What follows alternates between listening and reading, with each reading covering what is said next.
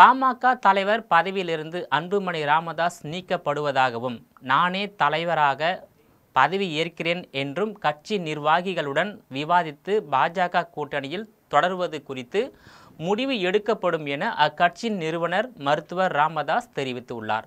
இது குறித்து விழுப்புரம் மாவட்டம் திண்டிவனம் அருகே உள்ள தைலாபுரம் தோட்டத்தில் செய்தியாளர்களிடம் பேசிய பாமக நிறுவனர் மருத்துவர் ராமதாஸ், பாமக தலைவர் பதவியிலிருந்து அன்புமணி ராமதாஸ் நீக்கப்படுவதாகவும், தலைவர் பதவியிலிருந்து நீக்கப்படுவதற்கு பல காரணங்கள் இருப்பதாகவும், காலப்போக்கில் சிறுக சிறுக பகிர்ந்து கொள்வேன் என்று பாமகவின் நிறுவனரான நானே தலைவர் பொறுப்பையும் எடுத்துக் கொள்கிறேன் என்றும் தெரிவித்துள்ளார்.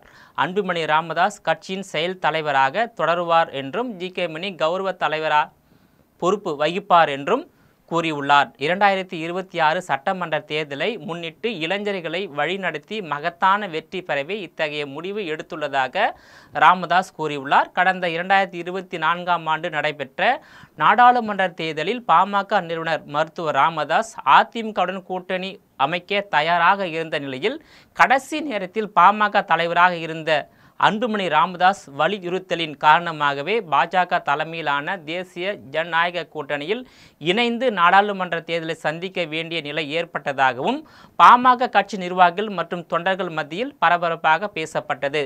தந்தை ஒரு பாதையிலும் மகன் ஒரு பாதையிலும் பயணிக்க விரும்புவதாக தகவல் வெளியாகி உள்ள நிலையில், கடந்த ஆண்டு பாமக பொதுக்குழு கூட்டத்தில் மருத்துவர் ராமதாஸ் அவர்களின் மூத்த மகள் வழி பேரன் முகுந்தனை அக்கட்சியின் மாநில இளைஞரணி தலைவராக அறிவித்த போது அதற்கு கடும் எதிர்ப்பு தெரிவித்த அன்புமணி ராமதாஸ் பொதுக்கூட்ட மேடையிலேயே தந்தை ராமதாஸுக்கும் மகன் அன்புமணி ராமதாஸுக்கும் இடையே கருத்து மோதல் ஏற்பட்டதால் அக்கட்சியில் சலசலப்பு ஏற்பட்டது. இதனிடையே மே 11ஆம் தேதி சென்னை அருகே மகாபலிபுரத்தில் வன்னியர் மாநாட்டை பிரம்மாண்டமாகவும் சிறப்பாகவும் வெற்றிகரமாகவும் நடத்தப்படும் என்று ராமதாஸ் தெரிவித்துள்ளார். குறிப்பாக திமுகவின் தலைவராக இருந்த கலைஞர் கருணாநிதி வயது முதிர்வின் காரணமாக உடல் நலம் பாதிக்கப்பட்டு கட்சி நடவடிக்கைகளில் செயல்பட முடியாமல் இருந்தபோது, தற்போதைய திமுக தலைவர் அப்போது செயல் தலைவராக இருந்து கட்சி பணிகளில் ஈடுபட்டதும், தமிழகத்தின் முன்னாள் முதலமைச்சர் கலைஞர் கருணாநிதி மறைவுக்கு பிறகு தற்போதைய தமிழகத்தின் முதல்வர் மு.க. ஸ்டாலின் தலைவராக பொறுப்பேற்று